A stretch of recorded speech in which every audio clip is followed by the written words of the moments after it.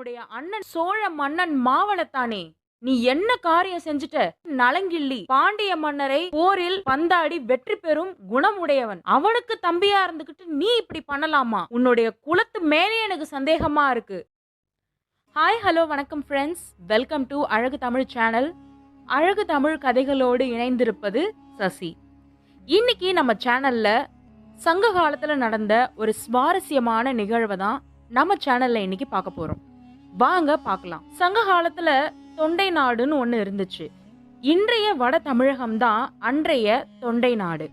குறிப்பா ஆந்திரா, நெல்லூர் போன்ற பகுதிகளை கொண்டதுதான் இந்த தொண்டை நாடு. இந்த தொண்டை நாட்டுக்கு தலைநகரமா இருந்தது கோவில் நகரமான காஞ்சிபுரம். காஞ்சிபுரத்துல நிறைய ஊர்கள் இருந்துச்சு. குறிப்பா தாமல் அல்லது தாமப்பல்னு சொல்லப்படுற ஒரு ஊரும் இருந்துச்சு. அந்த ஊர்ல கண்ணனார்னு ஒரு புலவர் வாழ்ந்து வந்திருக்காரு. ஊருடைய பெயரை அடைமொழியா வச்சு தாமப்பல் கண்ணனார்னு அங்க இருக்க ஊர் மக்களால் அழைக்கப்படுறாரு. தாமப்பல் கண்ணனார் தமிழ் புலமை அதிகம் கொண்டவர். ஐம்பொறிகளான கண், காது, வாய், மூக்கு, மெய் இது எல்லாத்தையுமே அதது போக்குக்கு போக விடாத தான் கட்டுப்பாட்டுல வச்சு ஒழுக்கமான ஒரு வாழ்க்கைய வாழ்ந்து வந்தவர். எல்லா உயிர்களையும் சமமா பார்த்தவர்.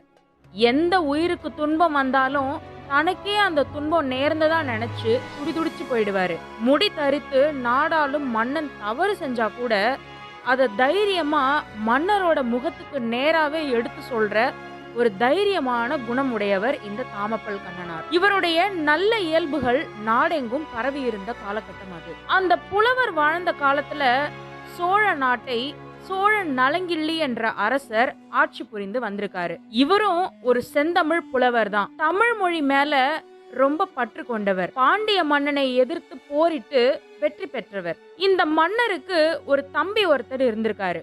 அந்த தம்பி பெயர் மாவளத்தான். இவரு அறிவாற்றல் மிக்கவர்.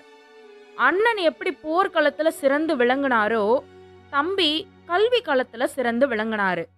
தமிழ் மொழி மேல தீவிர பற்று கொண்டவர். தமிழ் நூல்கள், ஏடுகள் படிக்கிறதுல ரொம்ப ஆர்வம் இவருக்கு. தமிழ் அறிஞர்கள், புலவர்கள் கிட்ட பேசுறத ஒரு உயர்வா நினைச்சிட்டு இருந்தாரு. தன்னுடைய அறிவு பசிய யாராவது தீர்க்க மாட்டாங்களான்னு நினைச்சிட்டு இருந்த போது தாமப்பல் கண்ணனாரை பத்தி கேள்விப்படுறாரு.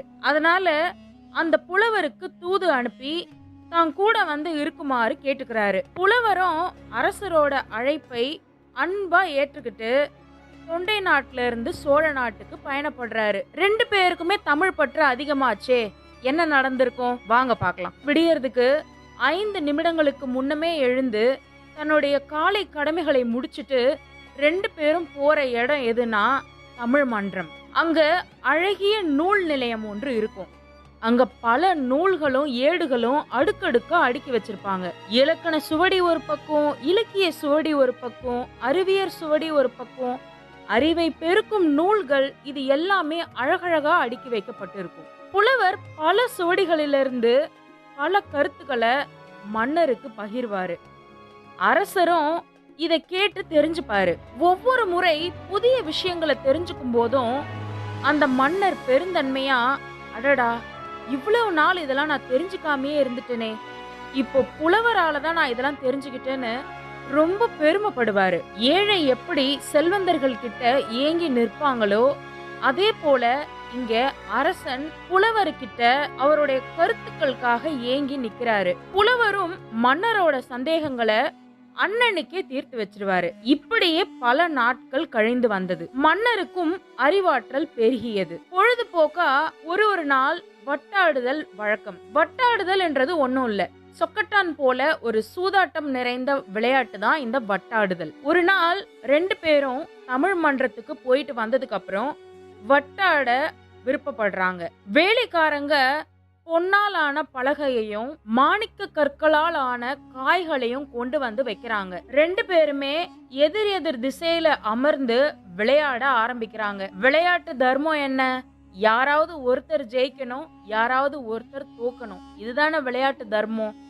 ரெண்டு பேரும் எதிர் எதிரில உட்காந்து விளையாட ஆரம்பிக்கிறாங்க. ஆரம்பத்துல சமமா தான் இருக்கு ரெண்டு பேரோட வெற்றியும். ஒரு குறிப்பிட்ட நாழிகைக்கு அப்புறம் மன்னர் ஜெயிக்க போறது உறுதியாவது, புலவர் தோக்க போறது தெளிவா தெரிய ஆரம்பிக்குது. இத தெரிஞ்சுக்கிட்ட புலவர் சூழ்ச்சியா ஒரு மாணிக்க கல்லாலான காய எடுத்து ஒளிக்க வைக்க பாக்குறாரு. விளையாட்டுலயே கண்ணும் கருத்துமா இருக்கிற அந்த அரசர் கண்ணுக்கும் இது பட்டுடுது. இத பார்த்து பொறுக்க முடியாத அரசர் என்ன பண்றாருன்னா, தான் உருட்டி விளையாடுற வட்ட புலவரோட முகத்திலேயே விட்டு எறிகிறாரு. அது புலவரோட முகத்தை வன்மையா தாக்கவும் செஞ்சிருது. உடனே புலவரும் கோவப்பட்டு, சோழ மன்னன் மாவளத்தானே, நீ என்ன காரியம் செஞ்சுட்ட? எப்பேற்பட்ட குலத்துல இருந்து வந்த நீ இப்படி செய்யலாமா? ஒரு புறாவுக்காக தன்னோட உயிரையே கொடுக்க துணிஞ்ச ஒரு குலத்துல பிறந்த நீ இப்படி செய்யலாமா? உன்னுடைய அண்ணன் நலங்கிள்ளி பாண்டிய மன்னரை போரில் பந்தாடி வெற்றி பெறும் குணமுடையவன். அவனுக்கு தம்பியா இருந்துகிட்டு நீ இப்படி பண்ணலாமா? உன்னுடைய குலத்து மேலே எனக்கு சந்தேகமா இருக்கு. நீ உண்மையிலேயே சோழ குலத்துல தான் பிறந்திருக்கியா அப்படின்னு சுடு சொற்களை வீசுறாரு புலவர். இது எல்லாத்தையும் கேட்டுக்கிட்டு மன்னர் என்ன பண்ணிருப்பாருன்னு நீங்க நினைக்கிறீங்க? கோவப்பட்டிருப்பாருன்னு நீங்க நினைக்கிறீங்களா?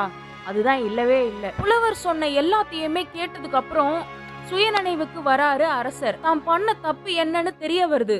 அடடா, நம்ம தப்பு பண்ணிட்டோமே, இப்படி நம்ம பண்ணிருக்க கூடாதே அப்படின்னு குற்ற உணர்ச்சியில துடிச்சு போயிடுறாரு. புலவரை நேருக்கு நேர் பார்க்கவே பயப்படுறாரு. தான் செஞ்ச செயல்னால தலை குனிஞ்சு வெக்கப்பட்டு வாய் மூடிட்டு இருக்காரு மாவளத்தான். மன்னர் மனசு படுற பாடு என்னன்னு தெரிஞ்சு போச்சு புலவருக்கு.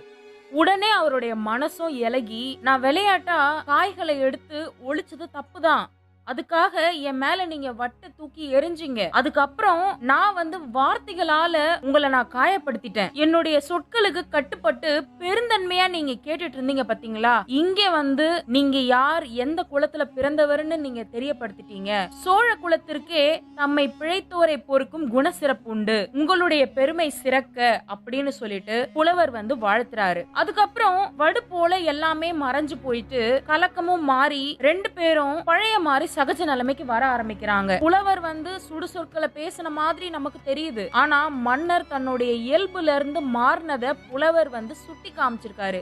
எப்படி சிறியவர்கள் தவறு செஞ்ச போது பெரியவர்கள் திருத்துறாங்களோ அதே போல புலவர் இங்க அரசர் பண்ண தப்ப திருத்தி இருக்காரே தவிர மனசார பேசல.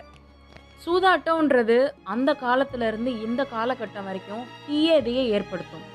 இதை யார் விளையாடுறாங்களோ அவங்களோட உண்மை தன்மையை இழந்து சுய அறிவையும் இழந்து தான் யாருன்ற பெருமையையும் மறந்து போயிடுவாங்கன்றது இந்த நிகழ்வு சான்று. இந்த கதையை நீங்க இதுக்கு முன்னாடி கேள்விப்பட்டிருந்தாலும் சரி, இல்ல நான் இப்பதான் கேள்விப்படுறேன்னு சொன்னாலும் சரி, கமெண்ட் செக்ஷன்ல தெரியப்படுத்துங்க. அடுத்த ஒரு பதிவுல நான் உங்களை சந்திக்கிறேன். நன்றி, வணக்கம்.